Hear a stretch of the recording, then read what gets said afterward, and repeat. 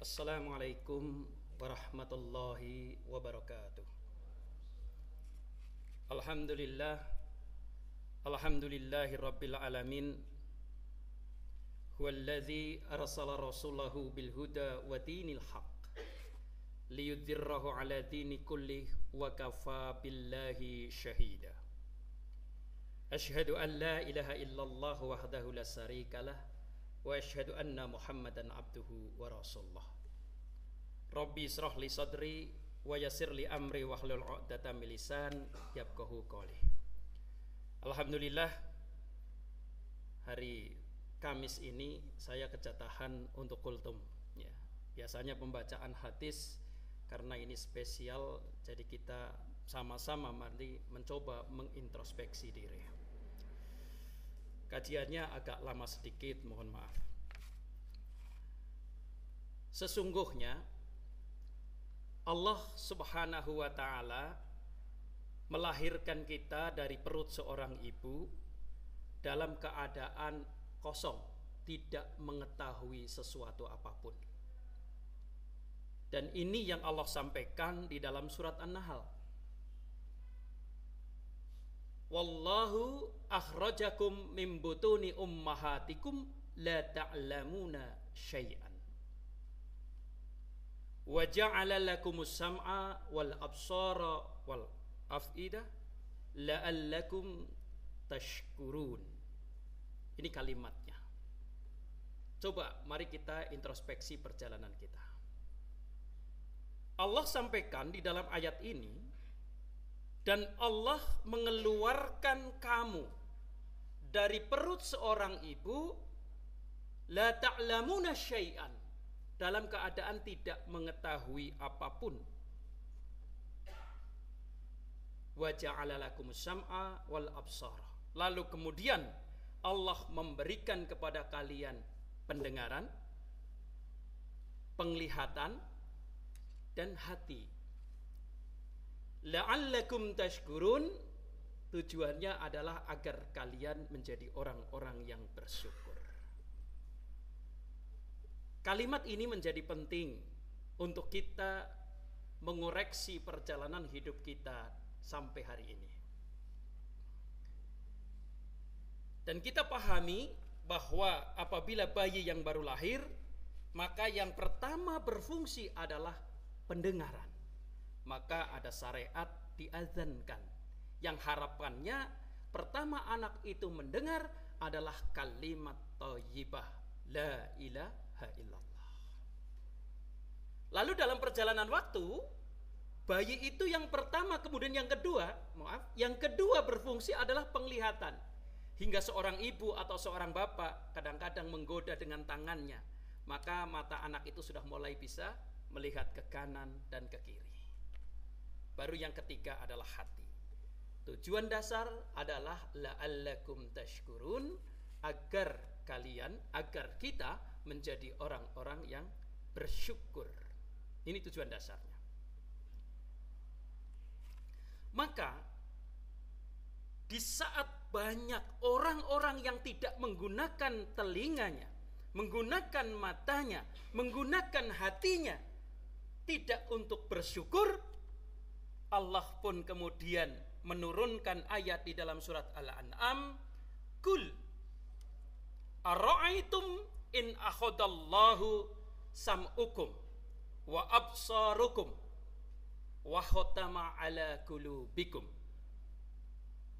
man ilahun ghairallahi ya'tikum bih undur kaifa nusarriful ayati thumma hum yastiqun.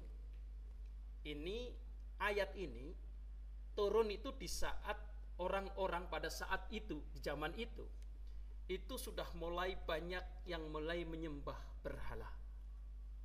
Ya. Maka ayat ini turun, katakanlah Muhammad, katanya, terangkanlah kepadaku, ini pertanyaan untuk orang. Ya. Terangkanlah kepadaku, jika Allah mencabut pendengaran, mencabut penglihatan, dan mencabut atau menutup hatinya mati gitu ya. Siapakah Tuhan? Ini menggunakan ilah, Ilah itu adalah sesembahan. Siapakah ilah selain Allah yang kuasa mengembalikan semua fungsi itu? Maka kata Allah, perhatikanlah bagaimana kami menjelaskan berulang-ulang tanda-tanda kekuasaan kami, tetapi mereka tidak mau berpaling dari kebiasaan itu. Hingga hari ini kita lihat kekuasaan Allah cukup membakar Hawaii. Masih banyak orang yang tidak sadar kalau Allah itu berkuasa, lebih dahsyat daripada itu. Kekeringan di mana-mana, itu adalah kekuasaan Allah. Tapi kenapa timbulnya peristiwa-peristiwa besar yang mengguncang hati harusnya menyadarkan manusia untuk kembali takarub ilallah? Tapi ternyata sedikit sekali orang yang menyadari itu. Ya.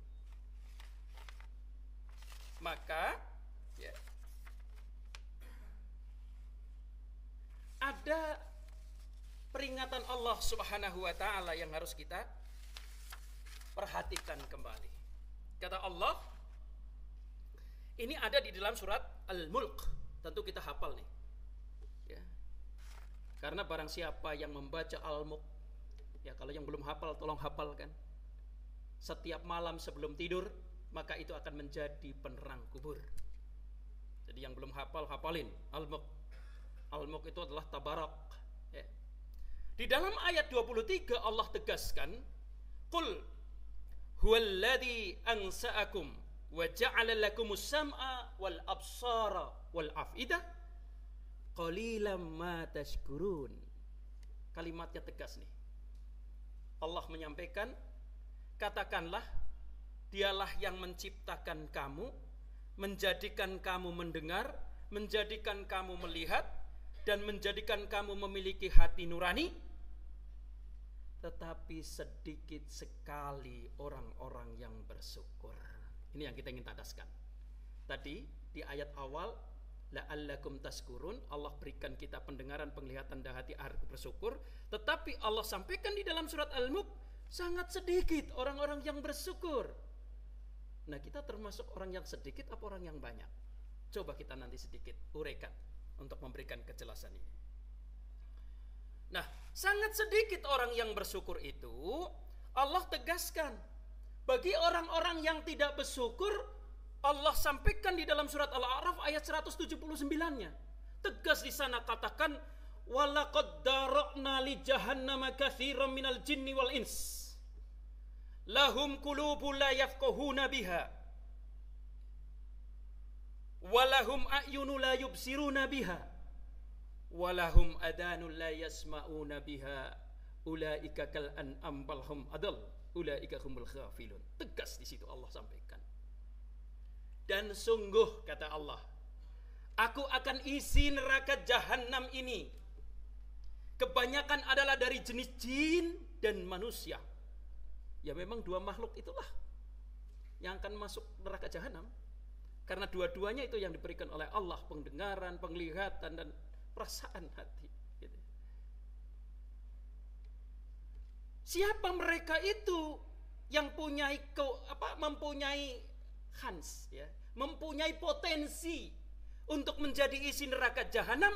Allah tegaskan di ayat selanjutnya, mereka itu lahum qulubun la yafqahuna biha. Mereka memiliki hati, tapi hatinya tidak digunakan untuk memikirkan ayat-ayat Allah. Mereka memiliki mata, matanya tidak digunakan untuk membaca ayat-ayat Allah. Mereka memiliki telinga, telinganya tidak digunakan untuk mendengarkan ayat-ayat Allah. Kata ayat Allah ini, ulaika al-kan'am halhum adall, ulaika humul ghafilun. Mereka adalah orang-orang yang latih. Jadi seperti binatang ternak, bahkan lebih rendah dari binatang ternak. Itu mereka itu. Apakah itu termasuk kita? Semoga tidak. Yang menjawab, yang bisa hanya hati kita, kita sendiri dengan Allah Subhanahu wa ta'ala. Ini 3 ayat sudah memberikan sebuah pedoman dan tuntunan. Hati yang tidak digunakan untuk memikirkan ayat Allah, mata yang tidak digunakan untuk membaca ayat Allah, dan telinga yang tidak digunakan untuk mendengarkan ayat-ayat Allah. Lalu bagaimana kemudian seharusnya? Ya. Ayat Allah itu ada 2. ayat-ayat kauniyah dan ayat-ayat qauliyah. Kauniyah itu ayat alam, peristiwa-peristiwa yang terjadi di alam, gempa bumi, banjir bandang, kebakaran, semua itu ayat-ayat Allah.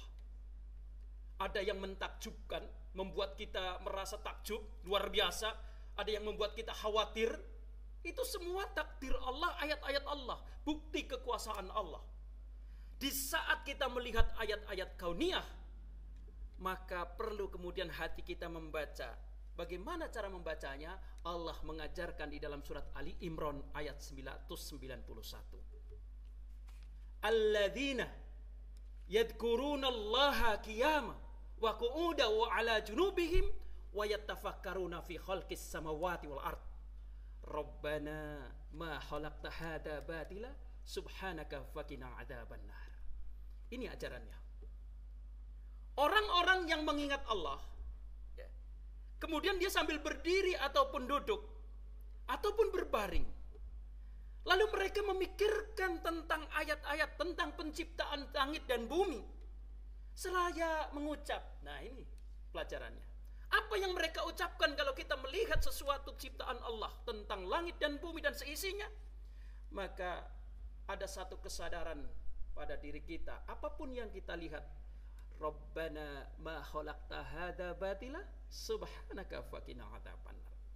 Ya Tuhan kami, tiada Engkau menciptakan semua ini dengan sia-sia. Maha suci Engkau ya Allah. Subhanallah. Maka peliharalah kami dari siksa api neraka. Karena apa? Karena kadang-kadang ciptaan Allah banyak yang kemudian mendekatkan dirinya kepada syaitan.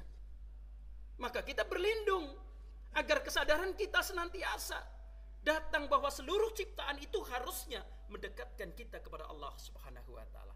Ini kalau kita membaca ayat-ayat kauniyah alam. Lalu ayat yang kedua adalah ayat kauliyah, yaitu Al-Qur'anul Karim. Bagaimana Rasulullah menjelaskan tentang ini? Ya. Pertama, kita melihat ayat Allah terkait kalau ayat Al-Qur'an ini dibaca. Maka kata Allah di dalam surat Al-A'raf, ya, wa idza quri'al Qur'an fastami'u lahu fa'ansitu la'allakum turhamun. Ini ada di dalam surat Al-A'raf. Dan apabila dibacakan ayat Al-Qur'an, maka dengarkanlah dan diamlah agar kamu mendapatkan rahmat. Ingat, setiap ada Al-Qur'an dibaca, kita disuruh mendengarkan dan diam. Agar apa? Agar kita mendapatkan rahmat. Rahmat itu apa? Kasih sayang Allah. Ini pertama pelajarannya. Maka jangankan kita membacanya, mendengarkannya aja dapat rahmat. Maka kalau membaca tentu akan lebih daripada itu. Kemudian yang kedua, Rasulullah sallallahu alaihi wasallam memberitahukan kepada kita lewat hadis Baihaqi, ya. Qala Rasulullah sallallahu alaihi wasallam, afdalul ibadati ummati qiraatul Qur'an. Seafdol-afdol, ya, sebaik-baik ibadah umatku adalah membaca Al-Quran. Tentu ya setelah sholat. Jadi ibadah yang paling luar biasa kan sholat. Karena di dalam sholat kita ada zikir, di dalam sholat kita ada membaca Quran. Nah, setelah sholat adalah membaca Al-Quran. Dan kalau kita melihat hadis yang diriwayatkan oleh Bukhari, ya, dari Utsman bin Affan, ya, khairukum man ta'allama al-Qur'an wa 'allamahu. Sebaik-baik kalian adalah orang-orang yang mempelajari Al-Quran dan tetap mengajarkannya dan mengajar mengajarkannya. Ini adalah dorongan. Ayat-ayat yang harus dibaca harus untuk mengisi, menyibukkan telinga kita, menyibukkan mata kita, menyibukkan hati kita. Ya. Saya ingin sedikit membacakan 2 ayat lagi sebagai penutup. Ya. Bagaimana kemudian Allah menjelaskan tentang membaca Al-Quran ini? Kita bisa buka di dalam surat Al-Ankabut ayat 45. Utlu ma uhiya ilaika minal kitabi wa aqimis shalah innas salata tanha anil fahsai wal munkar waladzikrullahi akbar wallahu ya'lamu ma tasna'un. Bacalah Al-Quran, kitabullah, yang telah diwahyukan kepada Muhammad dan laksanakanlah sholat. Sesungguhnya sholat itu mencegah perbuatan keji dan mungkar. Dan ketahuilah mengingat Allah, sholat itu zikrullah akbar, zikir yang paling agung. Wallahu ya'lamu ma tasnaun, Allah mengetahui apa yang kamu kerjakan. Ini yang pertama. Kemudian yang kedua, barangkali yang perlu kita jadikan landasan kembali adalah tentang tadi di awal kan orang-orang yang melaksanakan membaca Al-Quran, lalu kemudian sholat dan menafkahkan, kira-kira begitu. Ini adalah ibadah-ibadah besar yang harus kita lakukan. Ya. Jadi potensi ini yang harus kita gunakan. Maka terakhir adalah infak, ya, nafkah. Wa anfaku mimma razaqnahum min qabli ayyatiya ahadakumul mauta fayaqula rabbil laula akhartani ila ajalin qarib fa asaddaqu akum mina salihin. Ini kita kenal ada di dalam surat Al-Munafiqun, ya. Orang-orang yang sudah meninggal pun berharap untuk bisa bangun kembali, hidup kembali untuk berinfak. Nah, tentu ini adalah juga menggunakan, ya, harta yang kita miliki. Jadi konteksnya dalam kesempatan ini semoga bermanfaat untuk saya pribadi dan untuk sekalian. Kita sudah dibekali pendengaran, penglihatan dan hati, harus untuk bersyukur. Cara bersyukurnya adalah menggunakan potensi itu untuk membaca ayat-ayat Allah. Lalu seberapa banyak waktu 1 kali 24 jam yang kita gunakan untuk membaca, memikirkan dan mendengarkan ayat Allah. Jangan-jangan masih banyak waktu yang tersia-sia tidak digunakan untuk bersyukur kepada Allah. Ancamannya jelas yang tadi Allah sampaikan di dalam surat Al-A'raf, yaitu neraka jahanam.